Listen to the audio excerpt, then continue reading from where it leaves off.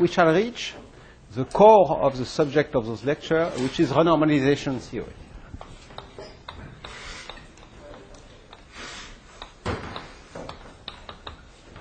So, what I shall be trying to do today is to explain to you on the simple case of interacting quantum field theory, and by just a first order calculation in the coupling constant in h bar, therefore, so a semi-classical quantum calculation.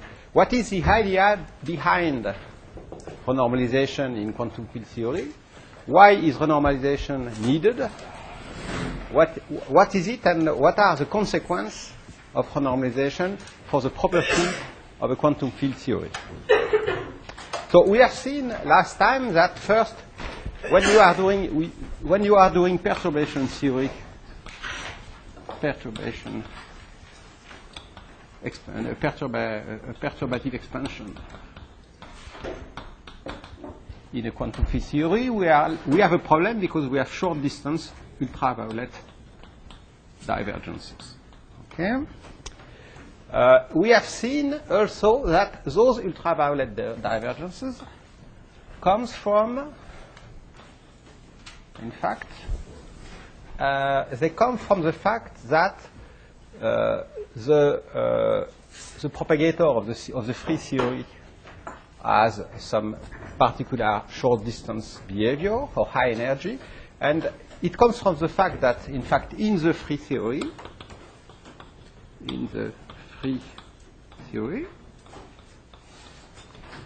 correlation function of products of operators, so products of local operators are singular at coinciding points. And that's a feature of any quantum field theory, so it's not a problem with the quantum theory of fields, it's just a feature of quantum field theory. Products of operators which at a different point are perfectly well defined, and they allow to define all what we need to know about free field. But when you start to have two local operators and you look at how they behave at short distance, then there is something which blows up, because the quantum field is a very singular object. It do not behave at all as a classical field. Okay, and we have seen that in fact those singularities are governed by something which is the operator product expansion, because it means basically that in fact the singularities in products of operator are not something which is completely wild, but it's governed also by local operator. So we have seen that, for instance, that the product of a phi operator at point x and the phi operator at point 0, let us say, is in fact behaves like there is some coefficient, which is in fact x minus y to the power minus 2 in 4 dimensions. There is some number, and that's a coefficient, and then the operator 1 at 1, and then you have something which is regular, which is in fact another operator, which is the operator phi squared, but defined by a normal product operation at the point 0, and then you have higher order terms. So in fact, so those are coefficients, this contains the divergence, and those are operators. Therefore, you know, if you insert that in any, you want to compute matrix element of products of operator containing these products of two operators, you know, you have to compute, matrix element of those operators which are well-defined objects, and the singularities are contained, for instance, here in this one. Okay? So now, if you are done the tutorial of yesterday, you should now understand that when you are considering the products of two normal ordered phi 4 operators, it has an operator product expansion which contains an operator which is of the form 1. It contains the operator 1. It contains the operator phi squared of 0. Well, it contains plus subdominant term that I will not describe here. And here it contains the operator phi 4 itself. And then it contains some other things. And in fact, here you have a factor. Of course, it's x. It's not x minus y, because here there is a coefficient x, which is just x to the power minus, I think, 8. Here there is a power which is x minus 6. And here the coefficient is an x to the power minus 4. And this comes, in fact, just from what is called the dimension of those operators. And then you have some coefficient here. So I have not written what are the coefficients here, but here you have some coefficient, let us say C1. Here you have some numerical coefficient C2. Here you have some numerical coefficient C3, etc. Okay? And you see in particular, and in fact, well, in addition, those coefficients are given by products of propagators. This divergent term is given by products of propagators. So in fact, for instance, this is in fact is given by a product of 4 propagators between x and 0. And each propagator come out with an h bar factor. So this is a term of order h bar to the power 4. This is a term which is given by a sum of propagators like that. So it's a term of propagator of order h bar to the power 3. And this is a term which is given by a product of 2 propagators between x and 0. And therefore, it's a term of order h bar squared. Okay?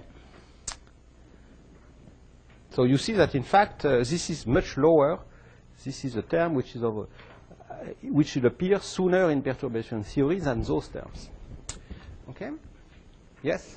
So if we go further in the perturbation series, the powers of h bar become Yes. smaller here. Will we get inverses of h bar?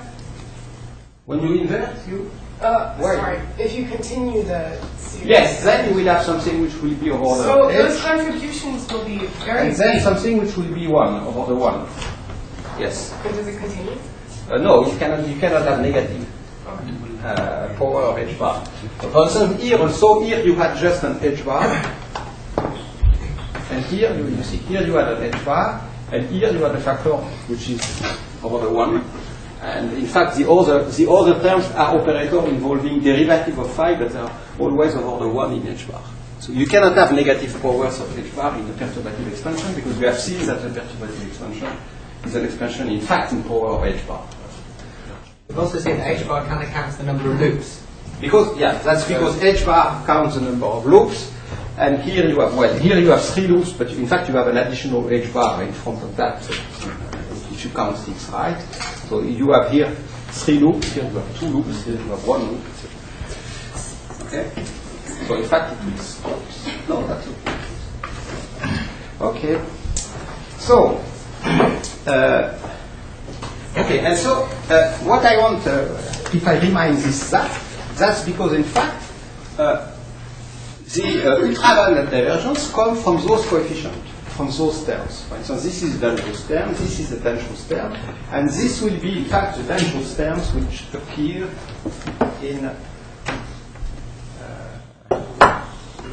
in what I will be discussing today. And in fact, so it means that you have singularities when you are doing a perturbative expansion, and to do a perturbative expansion means computing expectation values of objects which are integral over the position of points of products of fields, of operators involving the field operator. So those integrals are divergent, but the divergence is contained into a term types an operator which is local in type. So the divergence, in fact, what the operator product expansion tells you is that those ultraviolet divergences are they are proportional to local operators. Okay? So perturbative expansion means adding perturbative expansion means add phi4 operator to the either action or the Hamiltonian of the theory, if you want. Depends which formalism you prefer. So you see that when you add an operator in the Hamiltonian of the theory, you run into problems. But those problems are proportional to the insert local operator. They are proportional to operator you have inserted in the theory. And this suggests, and that's the basic idea in perturbation, that the problem contains its own cure. Because you have a problem because you have added a local operator in the theory.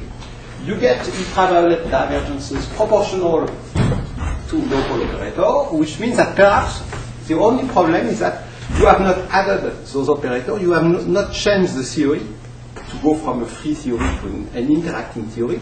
You have not done the things properly. But if you do things properly, adding a local operator to the theory in a well-defined way, you will get a finite interacting quantum theory.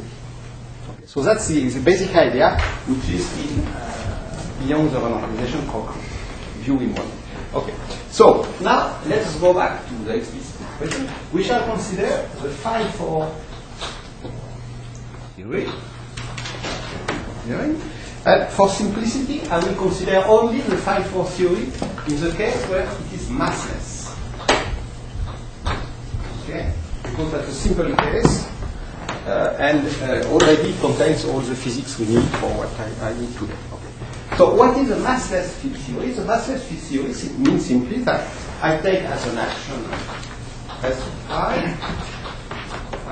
Let us keep in the Euclidean formalism. So this is Euclidean formalism. Otherwise, you just change the sign of the metric. So if the theory is massless, it means simply that I set the mass to 0 in the classical theory. This is called the classical theory. So I have only two terms in the action. Okay? And this theory has an important property. This theory is not only invariant and Poincaré or Euclidean, if you have transformations.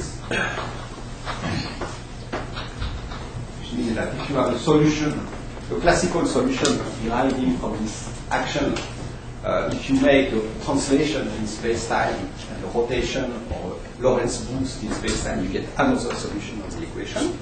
The equation of motion are invariant under Poincaré transformation or under Euclidean transformation if you are in Euclidean space-time. But there is another invariance associated to the fact that the theory is massless, which is scale invariance. And scale invariance means that if I change the field, the position in space by a factor of lambda x, and if I change the field, so let us call it x prime, okay? And if I change the field phi by the same factor lambda, let us call this phi prime, okay? So this means that I define, in fact, the transformation acting on the field which to field phi, configuration phi of x, associate the phi lambda of x defined as lambda phi lambda x. Okay. So to any configuration of the field, let us draw one configuration in terms of 1x. Let us say it's x0, and this is phi. You see? So this is the configuration of phi. And if I change phi by a factor lambda, and lambda is positive, in fact, this means that I am considering a function, let us say lambda negative. I am considering something smaller. I am considering doing something like that. So here is phi. See, here is phi of lambda for simply lambda less than 1. Okay. So you see, you make a dilation of space and a scale transformation of phi in the field. And you can check very easily by you change the variables that under this transformation, the action of the original field configuration is equal to the action of the field configuration where you have made a scale transformation. So this is a scale transformation.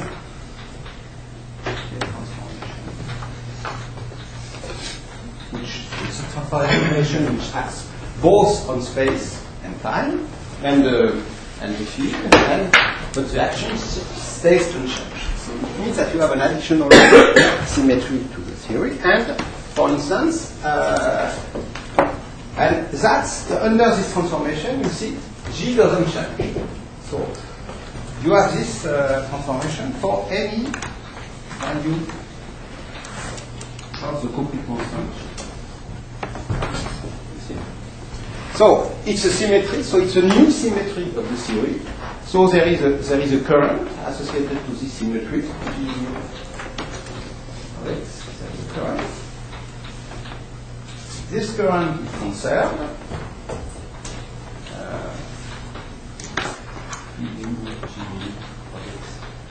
Equals 0. And well, it's a good exercise, and perhaps you have studied that already with Kostia-Zarenbo to write what is this current. I won't need it, but perhaps you have. Okay. So now the question is, what do we do now? So that's for the classical theory, and now let us consider the quantum theory. Quantum massless.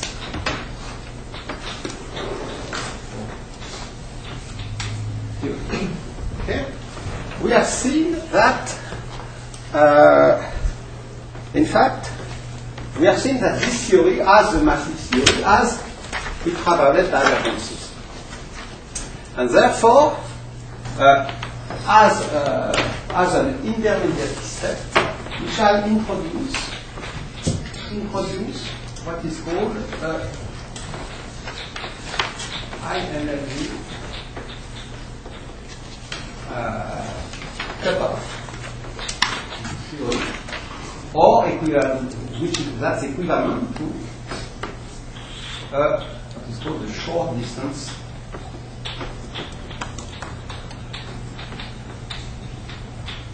regulator.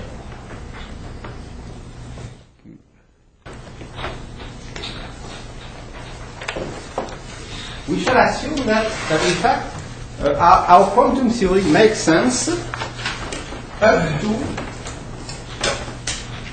a minimal distance A. So that in fact all the distance I consider are much greater than this minimal distance A. Or if you want, there is a maximal energy or momentum.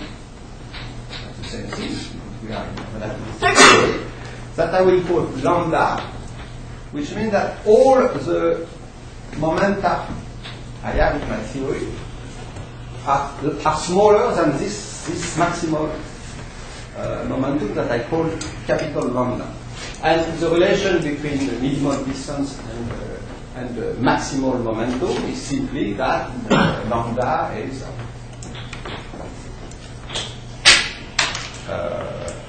pi divided by A. See? Yes? I'll tell you later. Okay.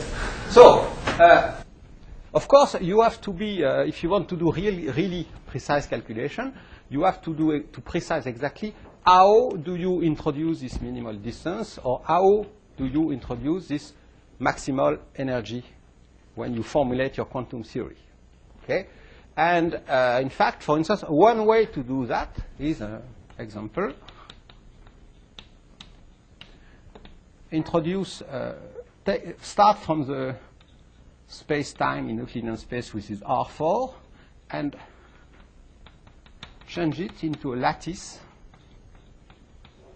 a four-dimensional lattice, both, so you discretize both time and space with a minimal length A. And you define your quantum theory on, so this is time, Euclidean, if you want, this is space, and this is space.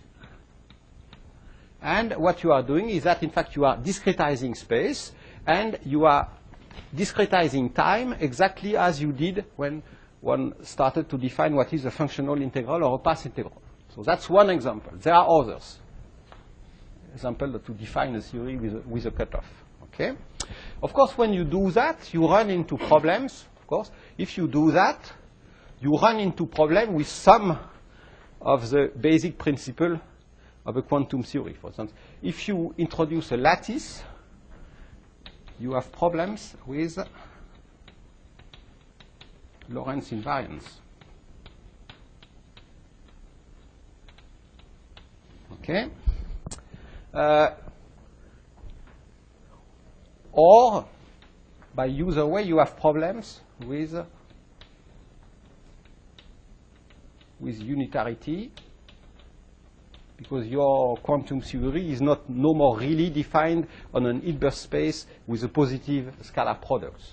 Or problems with causality. You may very well, if you make a change on the theory by introducing a minimal distance, have interactions which propagates at a speed which is faster than the speed of light. So your theory is no more a theory with a well-defined causal behavior. Okay. But those problems are expected to occur only at very high energy or at very small distance. You see? Okay? So, once I have been doing that, and I won't be more precise because I will not need exactly to know how I have modified my theory in the rest of my calculation. I will proceed with the calculation. Yes? So why would it take like really high energy to run into problems? Like if I have an observer who is holding a stick that is as short as it can be, Yes? what about like another observer? Would he also think that it's as short as it can be if they're moving relative to one another? I think that if they are far away, that's fine. The problem is that if they become close together, you see, if the two observers at a distance which is smaller than A, or if they are separated by a time, it's the same observer which is making two observations at a time interval which is smaller than A, then you run into problem. You start to see some strange things happening. So, yes? Is this related to the fact that there is no Lorentz invariance anymore? Because if you run it into a lattice, of course, it will be related to Lorentz invariance. For other problems, for other ways to introducing those cutoffs, you can preserve Lorentz invariance, but then you will run into problem with unitarity or with causality. I want just to send you the message where when you are introducing a regulator or a cutoff, you always some problem will occur in the theory. Those problems will occur at high energy or at small distances, and one has to check that this can be done in a consistent way, and then one can remove this cutoff and recover a safe, a clean quantum field theory. Okay. So of course the idea is to introduce a cutoff, do the calculation, and then try to remove the cutoff, making sense of the result. You see? Okay.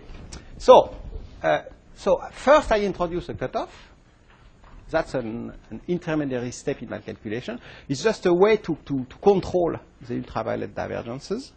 And then I will compute at order h bar, so at first order in perturbation theory, some quantities, some observable of the theory. Okay, so the question is that if I want to compute some observable of the theory, I have to start from an action. And I will take for action as an action for the field, action in the, for instance, in the functional integral for the field. I will take an action which will not be exactly the bare action, but the general form of the action for the theory. So I take an action which I called SR. R stands for renormalized of my field variable. And I take an action which is of the form D4x, and simply I allow all the terms I wanted I had in the theory, plus phi 4. Okay, but simply I don't know very well exactly what I have to put in my action. So at the moment I do not choose exactly what are those coefficients in the action, so I'll just call them A, B, and C. Okay? And I simply assume that in the limit h bar goes to 0, I want to recover the classical theory, which is massless. Therefore, A will be 1 plus something over the h bar. B will be 0 plus something of order h bar. And C will be some complete constant that I will call the renormalized complete constant plus C1 something of order h bar plus some correction of order h bar squared. Okay? So it means that I choose an action so that when h bar equals 0, it corresponds to the classical action, which is massless. And otherwise, I don't know very well what I have to put in my functional integral in order to compute correlation function. And all what I want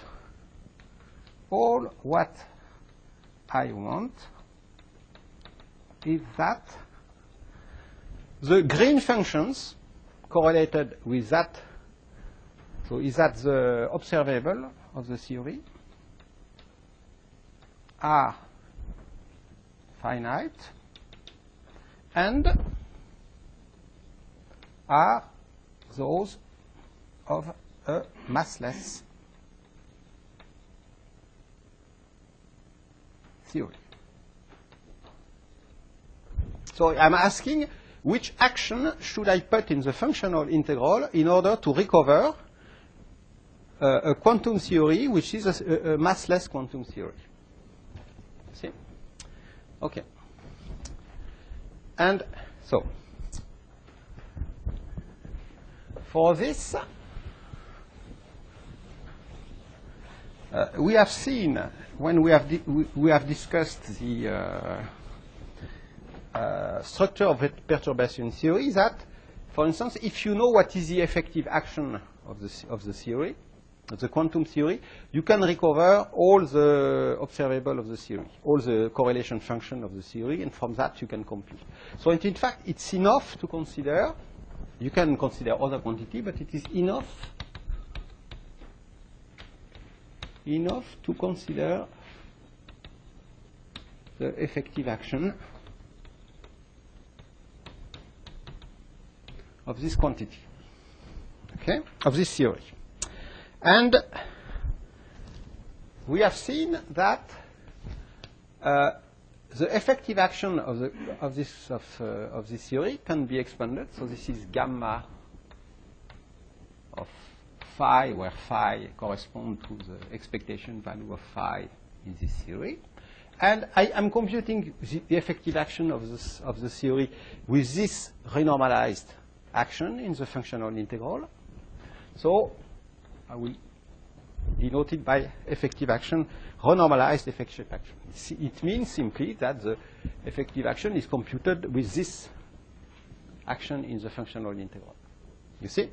And now I apply, what is it? So you know that the effective action is given by the sum over the irreducible diagram. So for instance, I can compute first the term of order phi squared in the effective action, and we have seen that the term of order phi squared gives you the 2 points irreducible diagrams. Sum, okay? And therefore, in fact, this term is of the form, the term of order phi squared is the effective action is of the form 1/2 integral over dz1 dz2 phi of z1 phi of z2 times a term which is a function of gamma 2 of z1 z2. Okay? And this gamma 2 of z1 z2 is given, we have seen that gamma 2 of z1 z2 is given by this truncated propagator. That's just the integral kernel of the kinetic part of this. And then we have a plus a factor which describes this this diagram. 1, 2, plus, etc. Yes? Implicit, but we didn't really introduce the notation gamma bracket 2, which is the. Did you mean the second? This is just the second derivative with respect to the right. field of this gamma 2 corresponds to the second derivative with respect to phi at on z1 delta of delta phi at on z2 of gamma. Okay. Okay, so it's given by this sum of the diagram, and simply now you have to consider that the propagator here is a propagator for this free theory, and this is a diagram associated to this looping constant. And so that's the term of order h bar, that's the term of order 1. And well, it's better to consider to go in Fourier transform.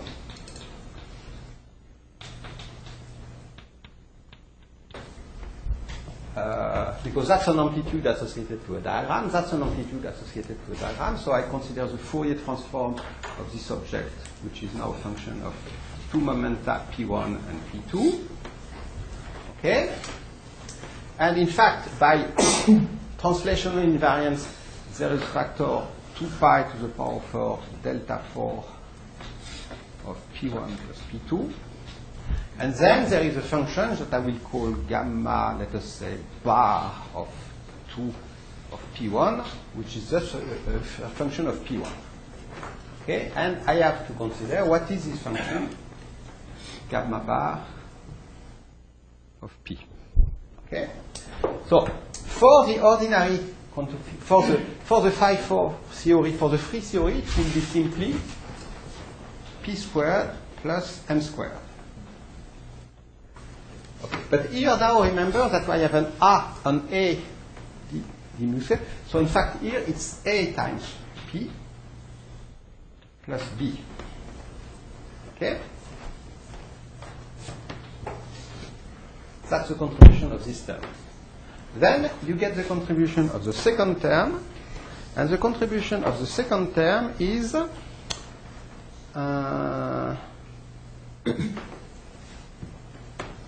Or is there a plus or a minus? No, it's a plus. Then there is, so the complete constant now is replaced by C. So there is factor h bar. There is a factor 1/2 which comes from the combinatory thing. There is a factor C. That's the complete constant of theory.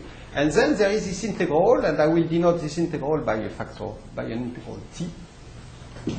So t is just with t equals integral over d4k divided by 4 pi by 2 pi to the power 4 of the propagator, which is 1 over a k squared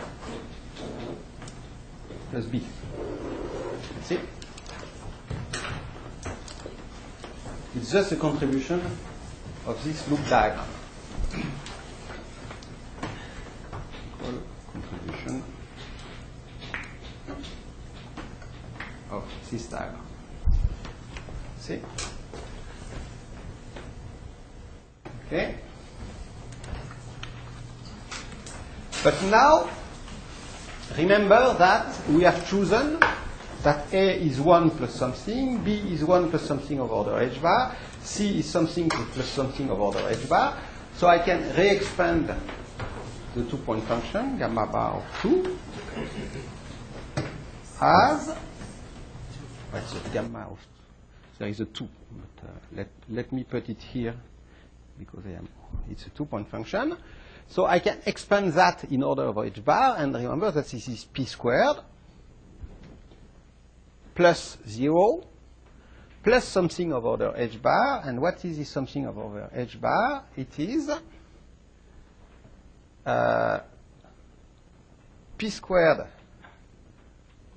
well, a1 times p squared, plus b1, plus C is gr plus something of order h bar, but this is already something of order h bar, so I can replace it by gr. And in this integral, I can replace E and B by their value for h bar equals 0, so I can replace this by integral d4k over 2 pi to the power 4 times 1 over k squared, okay, and then plus things of order h bar squared, which I will neglect. You see? Okay? So that's the general form for the Fourier transform of the 2-point function, of the 2-point irreducible function, if I choose this action in the functional integral to compute the effective action and the correlation function, the green function, and the vacuum expectation value of products of operator in my theory. Okay? See? So,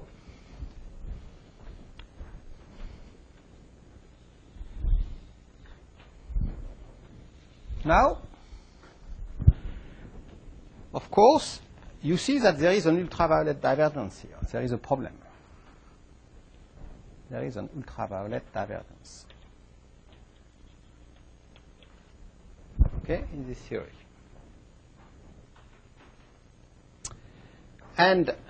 But if I have introduced this cutoff, I can basically replace this integral by something which is assuming simply that this integral, you see, is oh, there is a factor 1/2. I am sorry that I forgot. Then you can this integral, in fact, this big integral, which is infinite because at large momentum it's divergent. If I have introduced my regulator, I can replace it by the integral of a d4k divided by 2p to the power 4, 1 over k squared, for momenta which are smaller than this energy cutoff, you see. And then this integrals becomes finite. It's just diverging like lambda squared if lambda is large. You see? And if you do the calculation, at the end, you realize that there is a factor 1 over 4 pi squared. Okay, that's a normalization. It's not very important, but there is a normalization. Okay?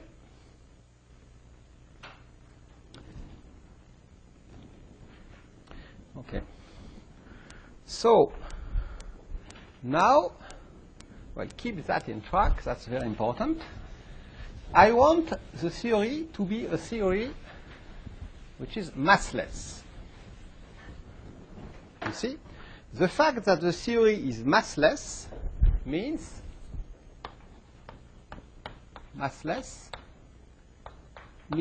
that the two-point function gamma 2 bar of p has to be equal to 0 when p squared equals 0. Because if it was not 0, if it was 0 for a p square different from 0, it would mean that the theory would have a mass. That's the only condition. That's the condition which is necessary for the theory to have a spectrum which is made out of massless boson, particle with mass equals 0. Okay? And I think you have seen that in the lecture by Kostia-Zarembo, because you can show, for instance, that the correlation, the Fourier transform of the full propagator of the interacting theory, okay, of this object is a function which is called the Green function, the two-point Green function. It's a function of a momentum p, and in fact, you have seen also in some tutorial that this is just the inverse of the function I am interested here. Therefore, if you want that the Fourier transform of the two-point correlation to have a pole, or at least a singularity at p equals 0, this implies that this function gamma bar of p must be 0 at p squared equals 0. Yes? In the first year, we found that this g was 1 over p squared minus m squared, or p squared plus m squared. Yes, but so in my notation, with my choice of signature, which is minus plus plus plus and equals k. Remember, p squared is p0 is minus p0 squared plus p squared. So it's minus the energy squared plus the momentum squared. And therefore, this must have a pole at p squared plus m squared equals 0. So it has a pole when the energy E squared is equal to p squared plus, so the mass condition is E equal square root of m squared plus p squared. Yes? Sorry, but here we are in Euclidean space-time, right? So here, so that can only be satisfied when p is intrinsically 0. Here I am not, no. In fact, here I did the calculation in Euclidean space, but now I have a function which depends only on the square of the momentum here, and that's just a pure number. So that's a result which is valid both in Euclidean space, then you take p squared to be equal to p0 squared plus p squared, but this result is also valid in Minkowski space. Remember, the advantage of Euclidean space is that you can do easily calculation in Euclidean space, and once you have a result, you change back the position of the momenta to the Minkowski space. And that's what I am doing. So this result is valid both for Euclidean and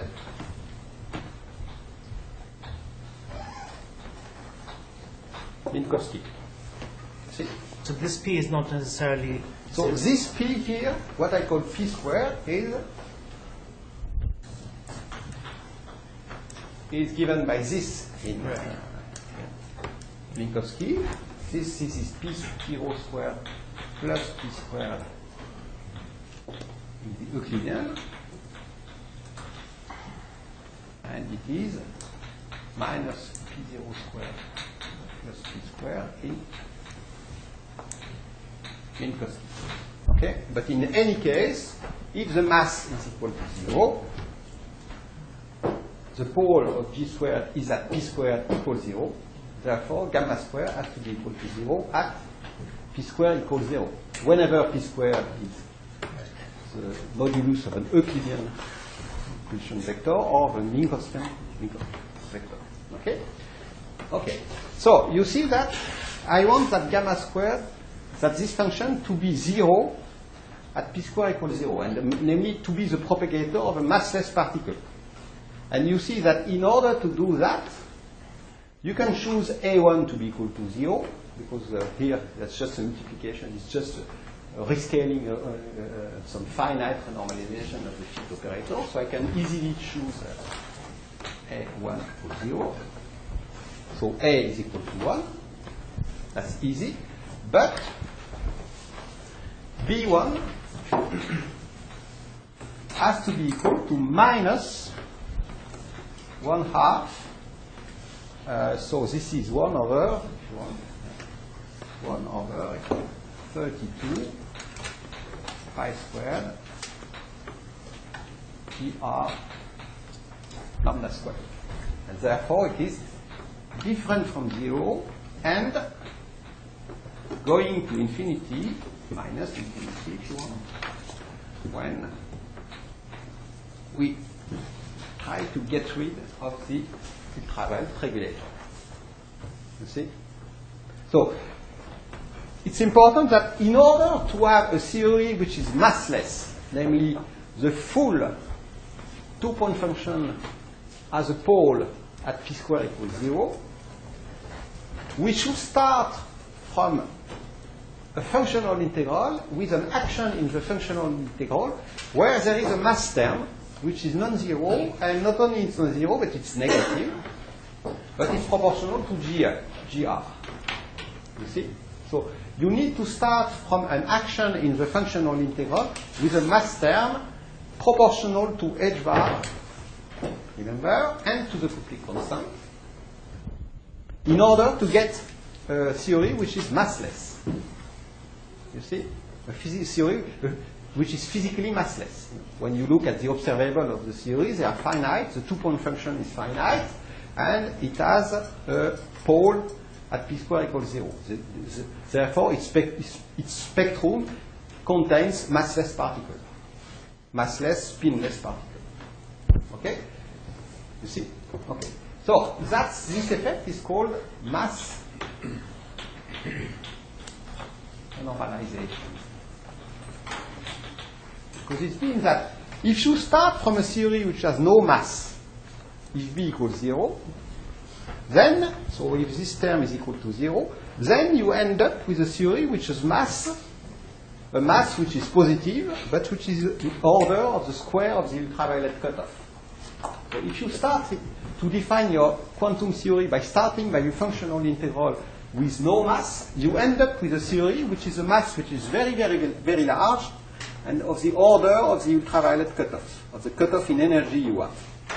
So in order to obtain a physical theory which is massless, you need to cancel this effect of renormalization of mass by the quantum fluctuation by another mass term which is minus this one. So this effect, you need a mass renormalization, and the fact that B must be something like that, the fact that you must start from a mass which is minus something large, h bar, is called a mass counter term. Counter term.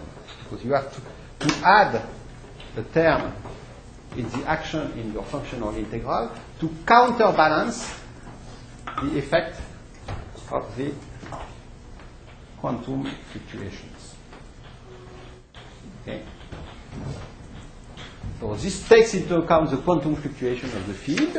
This quantum fluctuation modified changes the mass of the theory, and you must add a counterterm to counterbalance the effect of those quantum fluctuations. Okay? So this is the basic idea which is behind renormalization theory as it was formulated in the 50s by Tyson, Schwinger, Feynman, and then formulated more mathematically, more precisely by a lot of great theoretical physicists and mathematicians. And it seems a bit strange, and renormalization for a very long time looked very mysterious, both to physicists and to mathematicians. To mathematicians because they say, oh, but you have a theory which is ill-defined, which is full and infinite, and you are changing it by adding some other infinities, and at the end you get something. This is black magic.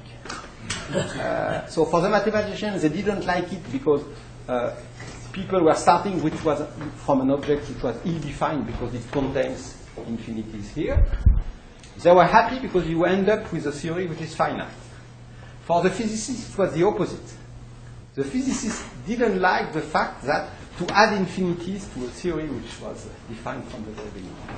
But in fact, that's not really black magic, because you remember that what I told yesterday at the beginning of last lecture. A quantum theory is defined, in fact, by its operator and its state. Its states. So by the Hilbert space of states, and by its the operator, which corresponds to the observable of the theory. And what is important is to get a theory where all the matrix elements of the observable between physical states of the theory are finite. You see, that's what is important. You get a consistent quantum theory if you have a set of observable, if you have a set of states, and they form an object which is completely consistent with finite matrix elements between the observable and the states. Okay? And the functional integral you start from is just some machine which built the matrix element of the observable of a quantum theory between different states. You see? So it's a machinery that you use to build a quantum theory. And the fact that, so to build this a consistent quantum theory, you can say, okay, I take a functional integral, I introduced this cutoff lambda, so I have a functional integral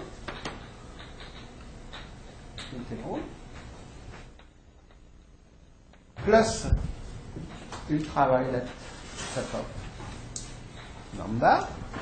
That's my machine, which built up a quantum theory. And in order to get a theory which satisfies Lorentz invariance, causality, and locality, and unitarity, what I have to do is to take the limit when lambda goes to infinity, the regulator cutoff, all the matrix element of the form out from observable in, finite. And if I can do that, I am happy because I have a quantum theory with matrix elements of observable which are finite. You see? And that's precisely what I've been doing here for this specific matrix element.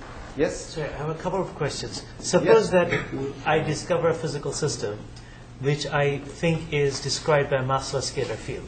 Yes. So to come up with a quantum theory for that system, I should start with an action which has a mass term in it. Yes. And then quantize it in such a way that the Yes. end product is massless. Yes. The other thing is that the massless theory has this extra symmetry, scaling symmetry. Yes. And what happens to that in this quantization procedure? Well, what happens to that is that the matrix elements, the states and the observable of the theory have this symmetry. So remember, I erased it, but to the symmetry is associated the current. the current in the quantum theory becomes an operator. It's one of the operators of the theory. And what's important is that this operator, this current, now considered as an observable, this current must be conserved. So the expectation value of the derivative, well, the derivative, if you have a current in a quantum theory, G mu of x, it's an operator. You see? And this current is conserved is for any matrix element of G mu of x in.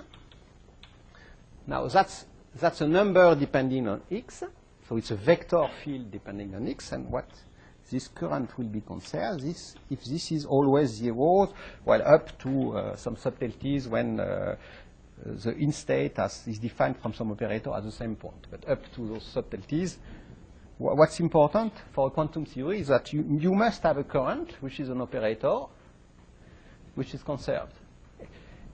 Any time that you have a set of operator which transform as a vector under Lorentz rotations, and which is conserved, it means that you have a conserved current in your theory, and therefore you must have some symmetry. You can use this current to generate transformation which are symmetries of the quantum theory. So you may have no symmetry in the functional integral. The important thing is that you have the symmetry in the quantum theory. You see? Okay. Okay, so I have spoken about mass renormalization. Okay, so now this is for the 4-point function, for the 2-point function. Now you must consider also what's happening for the 4-point function, the interaction between 4 points, for 4 fields. So, well, perhaps I will keep that because that's important. So let me try to write the 4-point function here.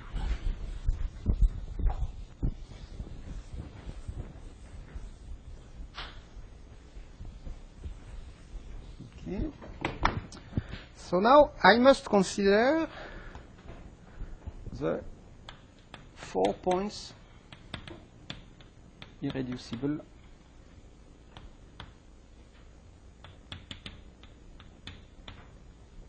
function. So this function is defined exactly in the same way. This function, which is now gamma, well, let me define it, gamma 4, because there are 4 points of Z1, Z4, is the functional derivative of the effective action with respect to 4 fields. And therefore, it is given, as we have seen, by the sum over irreducible diagram with amputated legs and 4 points, Z1, Z2, Z3, Z4. Okay? And we have seen that in the quantum theory it is given by this diagram, which is the vertex of the theory. Okay. And then we have a plus the sum over those diagrams. So this is the diagram. These are the external points. 1, 2, 3, 4. And then we have, this is an internal vertex. This is 1, 2, 3, 4. And then you have another terms, which is the same thing with, well, let us be precise. 1, 3, 2, 4, and 1, 4,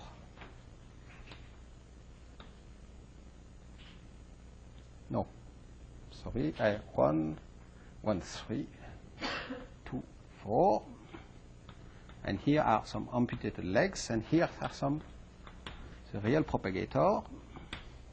Okay, and I have a factor. And now you have to remember, in this theory, what is the coefficient from this? The coefficient from this is now C. So here you have a factor C. Here you have a factor C. Here this is a term which is of order h bar, because I have one loop. I have a factor 1/2 associated to the combinatoric factor, the symmetry factor of those diagrams, and I have two vertices, so I have a factor C squared. Now my coupling constant is C squared, and remember also that my propagator now is 1 over A P squared plus B. Okay, with propagator, which means, okay. So, as usual, in fact, it's better to go to the Fourier transform. So I consider the Fourier transform of this function of 4 points. So it's a function of 4 momenta. By the invariance by translation, there is a delta 4 of the sum of the 4 momenta. Okay, and then I have a function, what I will call it gamma 4 of the momenta. So let me call them those momenta simply pi. An adequate denomination here in order not to write P1, P2, P3, P4 with the constraint that the sum over the 4 momenta is 0. Okay? And so that's the analog of this object. Simply, now it depends on 3 independent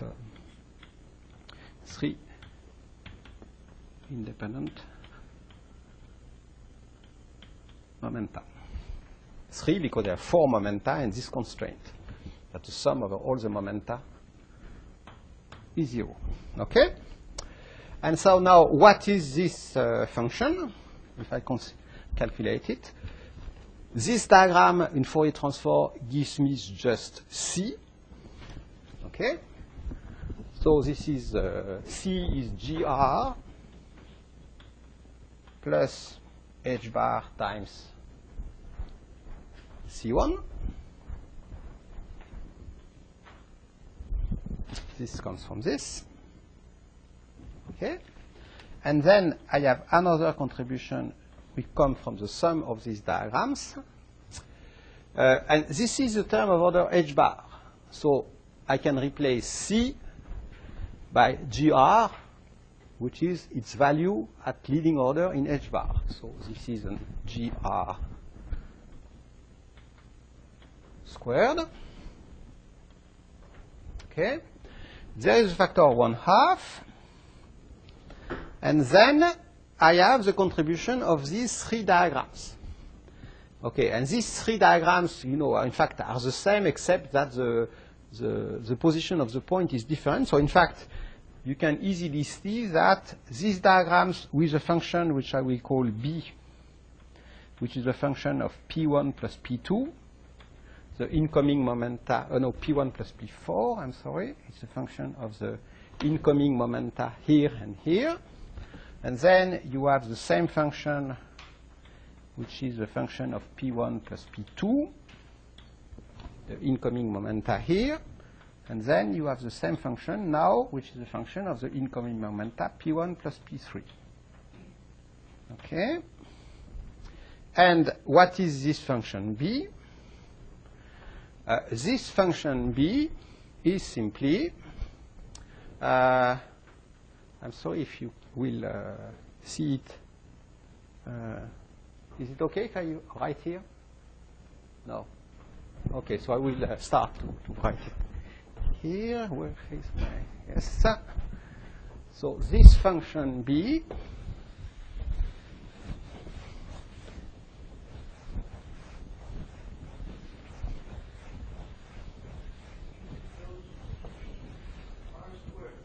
pardon? Where are there some square? Or is the B depends on P? Or Yes, B is a function of the momenta which are the Fourier transform of the position variables Z1, Z2, Z4. So I write it here. Is that line that you've written, the last line, is that the expression for gamma bar? Or just No, it's the expression for, oh yes, I'm sorry. This is the expression for gamma bar for, which is a function of P1, P2, P3, where here it is understood that P4 is equal to minus P1 plus P2 plus P3. Okay? Okay, and now let me write this function B. It's a function of momenta. I can call it a Q. Okay, another momenta. And it is just, in fact, well, the amplitude associated to this diagram, so you can write it in two ways. Either you can just say that this is the Fourier transform of the products of two massless propagators, because in momentum space, in a position space, this is just one propagator of this propagator. So it's the Fourier transform of G Feynman of x squared, where G Feynman of x squared, well, of x for the massless phi 4 theory is just, if I made no mistake, 1 over, I'm in 4 dimensions, so this is 1 over 4 times pi squared times 1 over modulus of x, well, x squared, where here I am in Euclidean space, okay? Or I can also write this as an expression in Fourier space, and this is the integral over d4, let us write it a vector k divided by 2 pi to the power 4,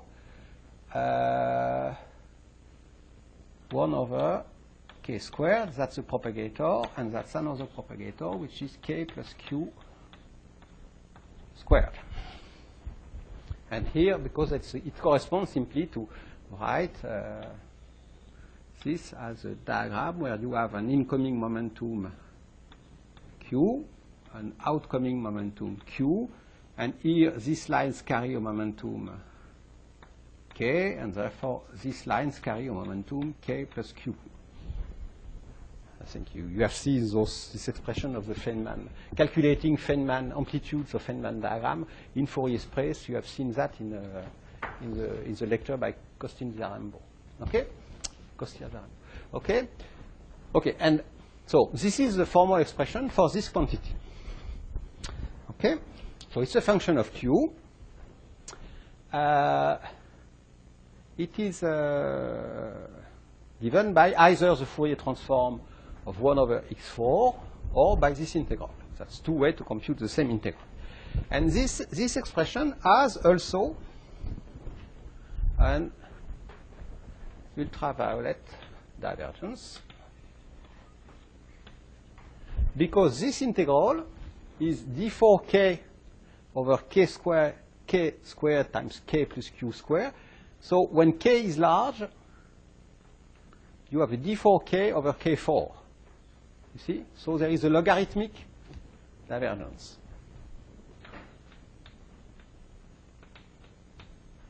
Okay? And if you think about it in terms of Fourier transform of 1 over x squared, you have exactly the same ultraviolet divergence. This is a function. It has a singularity at x equals 0, and it has no Fourier transform. Its Fourier transform is not well defined because it's not a compact function which is bounded, continuous. It decays at infinity, but at 0 you have a problem. Okay? Now, if you think about our regulator, we have our regulator, which means that we can compute this integral by assuming that k has to be less than 1 and k plus q has also to be less than lambda in your integral. Okay? Then you are regularizing your integral, and it's easy to see that you get a divergent term, which is of the form. Now it will be a log of lambda squared. There is a divergence which is proportional to the log of lambda squared. The coefficient in front of it turns out to be 4 pi squared. That's the result of the calculation. It's an easy calculation. Okay, so this integral is divergent. It has a regulator, so it has a logarithmic divergence which is log of lambda. It depends on q, and therefore it's easy to see that in fact this is something of order log of lambda squared plus q squared plus something of order 1 when lambda goes to infinity, so independent on q, and plus terms of order q over lambda to some power n with a sum of terms of order with n positive. Okay? And therefore, those terms are completely negligible as long as q is much less than lambda, which is what interests us. You see? Okay? So it has so you see, this function, in fact, when you introduce a regulator, has an ultraviolet divergence which is proportional to a log. Then it has a finite part which behaves like a log of 1 over q squared, and there is a log over lambda over q squared because those are the only two scales present in this integral, you see. In this integral depends on q only because k is a dummy variable you integrate over.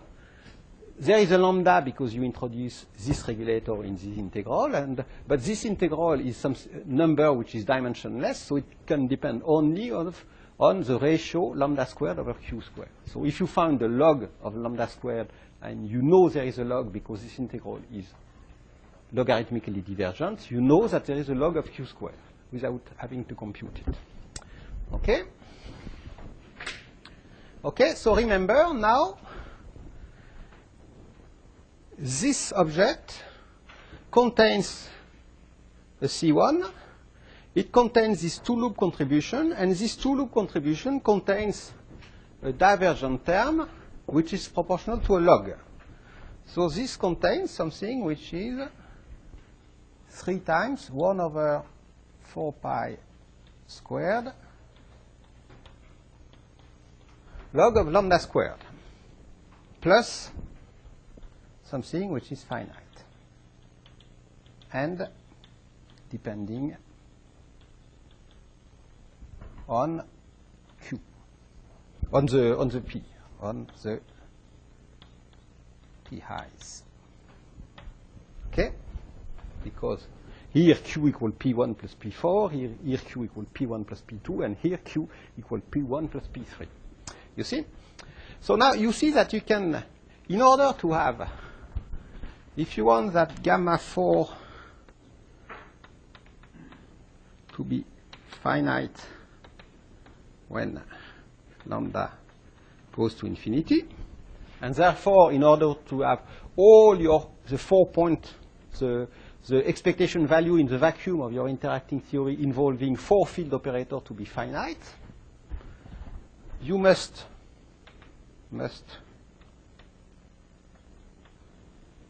choose C1, the coefficient which is here in the original action and which is here, so that this is finite. So you must choose C1. There was a minus sign, I'm sorry, here. There was a minus sign, that's quite important for the following. There is a minus sign here, and therefore you must choose C1 to be of the form C1 plus minus So there is a 3/2 minus GR squared 3/2 1 over 4 pi squared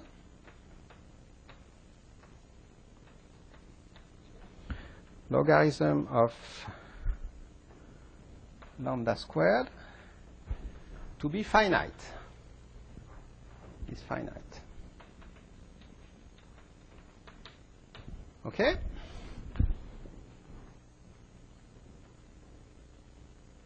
Exactly the same way as we had to choose a B1 to be equal to this value so that the two-point function is finite and describes a massless field theory. I have to choose a C1. So C1 has to contain a term which is singular when lambda goes to infinity in order to have a four-point function which are finite. You see? So now let us do that here, let us say, exactly by the same techniques. And you see that, of course, the solution is easy. The solution is that you have to take C1 equal h bar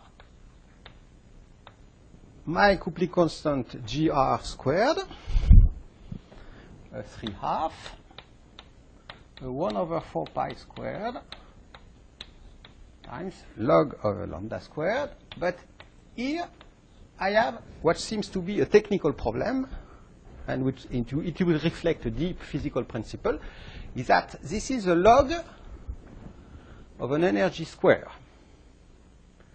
And I know what is the log of 1, I know what is the log of 2, I know what is the log of pi, but I don't know what is the log of an electron volt, or I don't know what is the log of an erg, or I don't know what is the log of a meter, or I don't know what is the log of an apple, exactly like that.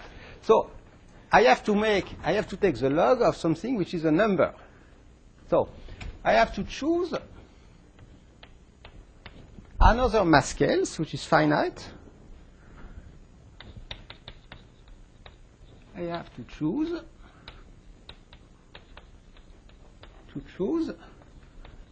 another mass or energy scale mu, which for the moment is arbitrary, in order to get a 4-point irreducible function finite. Okay? So I have some liberty of choosing how I renormalize the coupling constant. Of course, this corresponds simply to coupling constant renormalization. Okay, and what I am doing here is that I'm adding what is called coupling constant counter term. Yes? But we did consider log of lambda squared before. We did? Yeah, I mean, there. That's the same. I see simply that I want this quantity to be finite. So right, I but want, no, I mean, the I log want of this lambda plus squared. this to be finite. No, you said we cannot take the log of a dimensionful quantity, right? Yes. But over there you've written that that is proportional to log squared. Right? Yeah, but there is a log square here, and here there is a log of q. I So, I cannot consider the log of an apple or an orange. But I can consider what is the log of 2 orange minus the log of 1 orange, because it's a log of 2 orange divided by 1 orange, so it's a log of 2. Right. So, So do you add the mass term? Yeah, pardon? Do you add that mass term, the one with the p's as well? The log No, it's simply now I am choosing it. There is a C1 here. So you see, I choose C1 to be this. the other thing is the C1, should it have h bar in it? Oh no, I'm sorry. Yeah, with this definition, C1, wait, yes, of course. Yeah. Okay? So this is one choice which makes my correlation function finite. And finally, if I am doing that, and we shall end here for today, I think, I get as a finite result a 4-point function which is finite, which is equal to GR plus H bar times, and now I have minus GR squared 1/2, factor 1/2. And then I have a function which is this quantity which is divergent minus this quantity. So I get something which is 1/4 pi squared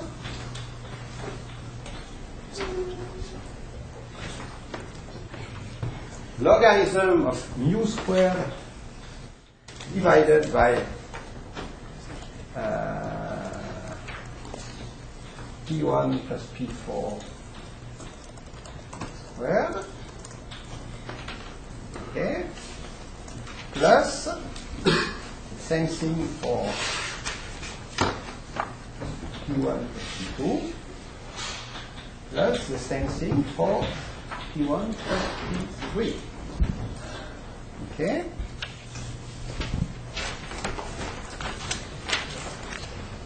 Which is finite. This is finite. So I defined a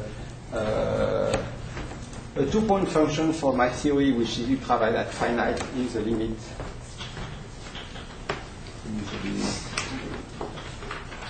Lambda goes to infinity. Okay. It depends on P1 plus P4.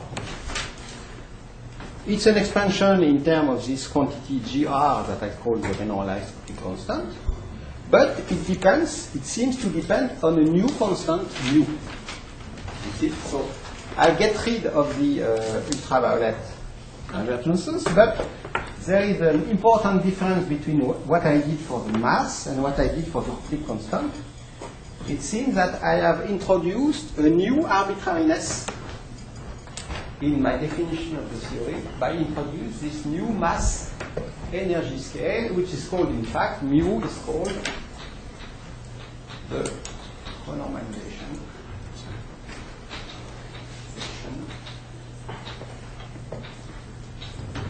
energy or mass scale. Okay? And so there is a very important difference between the renormalization of the mass and the renormalization of the energy. We have seen that if we want a theory which is massless, this fixes completely the counter term we had for the mass. But if we want to have the 4-point function to be finite, you have to renormalize the Hooke's constant. I can do it. But this renormalization depends on a parameter which I had to introduce, which is as a dimension of energy, which is called the renormalization mass scale. Yes? I just make the point of kind of the physical interpretation of this energy scale. So can I make the point about the physical interpretation of this energy scale? So well, I'm going to discuss that tomorrow because I have no time to explain that. I can just, okay, I can say a word. I can say the significance of this renormalization scale is that in fact I have not defined exactly, I have this parameter GR, which is a Hooke's constant, which is finite. But I have not said at all how I measure this Hooke's constant. It's just some parameter in my expression. And in fact, I will show tomorrow that if you think a little bit about how you define a Hooke's constant, the strength of an interaction in a quantum field theory, it must depend on the energy at which you make the measurement of this interaction. See? And therefore, in fact, this energy scale corresponds to the energy at which the coupling of the theory is measured so that it is equal to the parameter GR here. So you can see from that equation when all the momenta are kind of the same energy like you. Yes. But well, I think I prefer to, well, it takes, it's not very long, but you have to just, I prefer to do that tomorrow. Because, get an idea that this is not another mathematical fancy of quantum field theory. It corresponds to some physical important point that in order to define what is a Copley constant in a quantum field theory, you have to make measurements of interaction between particles, and especially for massless particles where you have no energy scale, you have to specify whether you make, for instance, a scattering of particles which have an energy of 1 eV, 1 eV, or 1 kilo eV, or 1 MeV, or 1 GeV, or 1 TeV, and the number you get from such experiments, or such scattering experiments, are different. Okay. Yes? The other 8 functions. Pardon? If I calculate like the 8-point difference, the 6-point difference, will I get a constant for each one? In fact, not, and that's what I want to mention later. But remember, we already, if I consider now, so you see, this is the diagram for the 2-point function. It contains a log square. These are the diagram for the 4-point function. They contain a log of lambda. Now, if you go on and consider what are the diagrams at one loop, which are present in the 6-point function, in fact, you do just a little bit of power counting, and you discover that when you integrate over the internal momenta, then you have an integral of d4x, d4k over k6. Okay, and this is perfectly well defined at infinity, no problem. So in fact, there are no, this is over the 1. You have a term which depends on lambda, but it's over the 1 over lambda squared. So it disappears. So this is over, so this is finite. This is finite for the 3 for the 8-point function. This is finite, etc. So at one loop, you only need, in fact, the renormalization of the mass, the renormalization of the Copley constant. You might have needed also a renormalization of the du phi squared terms, but it turns out for the phi-4 theory it's not needed. For other theory like quantum electrodynamics, it's needed, but it goes along the same line of reasoning. There is also a log associated to that, and that's basically because, in fact, when you are considering a generic 2-point function, for instance, in quantum let me reply to your question. If I consider, so this is the diagram for phi-4 theory, you see, and this is the same one-loop diagram for QED. You see, for phi-4 you have just a lambda. Well, for QED, you have the power counting is a bit different because the dimension of the propagator of the fermion is 1 over p. Remember, the propagator, that's the propagator for the fermion. The propagator for the fermion is 1 over p slash, and not 1 over p squared. So here, in fact, you have a lambda. You see, but in fact, you have also a log lambda. But this log lambda turns out to be proportional to p squared for massless electrons. And therefore, this log of lambda for QED can be absorbed into a renormalization of the kinetic term. Well, here it will be a pi bar d slash psi and not. But oh, and the miracle is that when you go, yeah, okay. So now the very important fact here is that, in fact, there is a theorem called the BPHZ theorem by the name of the Russian and I think German and Swiss physicists. This is Bogolyubov, this is Tarachuk, two Russian physicists. this is HEP, this is Zimmermann. You will find the name spelled in any Peskin books, which states that basically, I am oversimplifying the theorem, but it makes that this works all over in perturbation theory. Okay? And of course, well, you have to work much harder to show why it works, but basically the idea behind the fact theorem is that all the ultraviolet divergence always contains in products of operator. And so if you want to look at the divergence at higher order, in fact, you may very well have, operator which are something like 5, 4, 5, 4, 5, 4, 5, 4, and you compute the expectation value of 5, 4, and you may have 5, 4 everywhere, like that, and you have a divergence, for instance, where if 2, 5, 4 come close together, but then you may have a divergence of Q when those come close together at a fast rate, then those come close together but at a lower rate, etc. So in fact, the structure of divergence at higher order is something very, very complicated, because you have sub-divergences within divergences, within divergences, within divergences. And this is studied, this is understood since the end of the 50s and the beginning of the 70s. The theorem goes back, I think, to 79 or 60, what is the different version. Mathematicians are still working on this subject, and for instance, the structure recently, well, during the last 10 years, mathematicians came out with the fact that you can analyze those divergences using a quite sophisticated mathematical object called an Hopf algebra. So you see, there are some interesting objects, but basically all this is contained in the fact that there is an OPE structure for all those behaviors. So you can, even if you have subset of point collapsing within collapsing point, within collapsing point, within set of collapsing point, you can always describe that into in terms of a more complicated operator product expansion within an operator product expansion within an operator product expansion.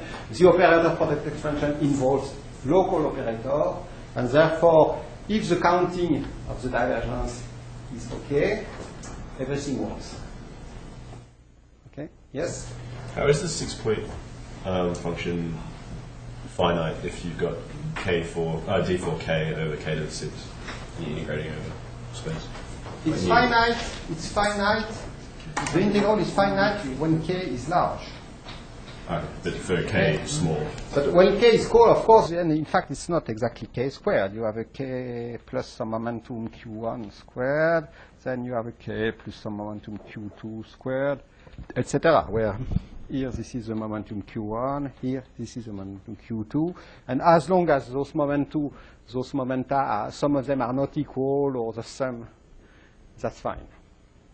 If, for instance, all those momenta are equal to 0, then you run again into problem. It's related. It's a problem related to the large distance behavior of the theory. So you have singularities when q. So as long as the q1, q2, etc. are different from 0, it's okay. If some of the q's are equal to 0, you run into problem, but those are called infrared singularities. And they are connected to a completely different aspects of the physics of massless field. In fact, for instance, it means that you cannot consider a massless particle alone when if it interacts with other particles, it's always dressed. An electron, an electron is dressed by quantum fluctuations, pairs of electrons and anti-electrons. But if the electron has a mass, you cannot create easily pairs of electrons and positons by quantum fluctuations because it costs energy. If the particle is massless, it costs no energy. So any particle, in fact, in an interacting theory, is dressed by, if it is dressed by a cloud of massless particles, you need to work much more to define really what is a state of an asymptotic state of a particle moving in the vacuum. These problems are quite technical, yes, but they don't occur at one loop, so I didn't mention them. Okay, so yeah, but we can discuss that in private.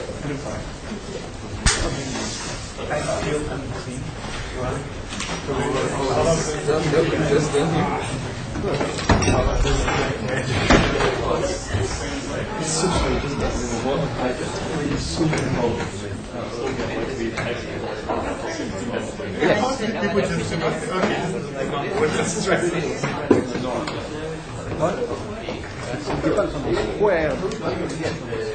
Square. Yes.